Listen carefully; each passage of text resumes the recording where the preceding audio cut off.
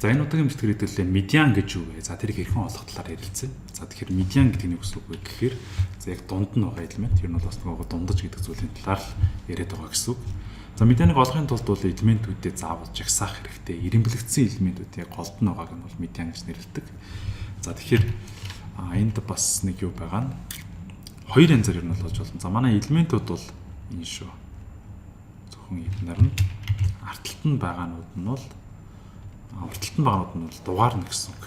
За тэгэхээр нэгт нь яаж болох вэ гэхээр энийг дахиад игнүүлээд бичиж болно.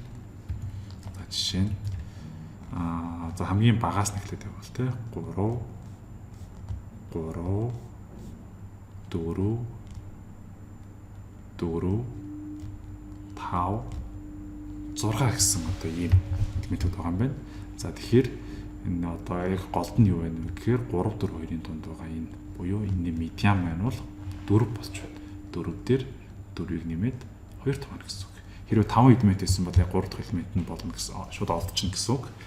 За үүнийг бас өөрөөр одоо бодож болох юм нь юу вэ гэхээр за энэ бол хариу нь адилхан л гана л да. За ингээд саний холбоо ингээд тоолоод те 6 байгаа юм чинь 3 4 гэх юм гээд гаргачлаа. За тэгэхээр эндээс ингэж бичснийхаа дараа дарж болно. Хамгийн зүүн талынхыг нь хамгийн баруун талынхтай ингээд дарж явахад голд нь нүүлдэж байна гэж олж байгаа юм аа. За тэгэхээр ингэж дарж тоолох нь бол одоо ялангуяа бүлэглэгдсэн за олон ширхгээрээ байгаа элементүүд дээр бол тэ давтамжаар өгсөн байгаа элементүүд дээр бол нэлийн хэрэг болдог. За тэрийг ч гэсэн хэдүүлээ дараагийн бичлэгүүд дээр үзэх болно. За тэгэхээр энэ дарах аргыг нь бичснээр одоо олсноороо хэрэглэснээр бол бид нар элементүүдэд заавал дахиж ингэж ирэмбэж бичггүйгээр за энэ дотроосоо тэ хамгийн багыг нь ингэж харж байгаа. За 3 юм байна. Хамгийн их нь 6 юм байна. За дахиад 3-ын тоо байна. Дараагийнх нь 4 байна. Гэт үлдсэн тэ энэ хоёр боллоо гэдэг элементийн жагсаалтан дотроосоо хамгийн багыг нь хамгийн ихтэй нь жагсаад бичсэн гэж бодож байгаа. Дараад ингэж олж бас болох нэ.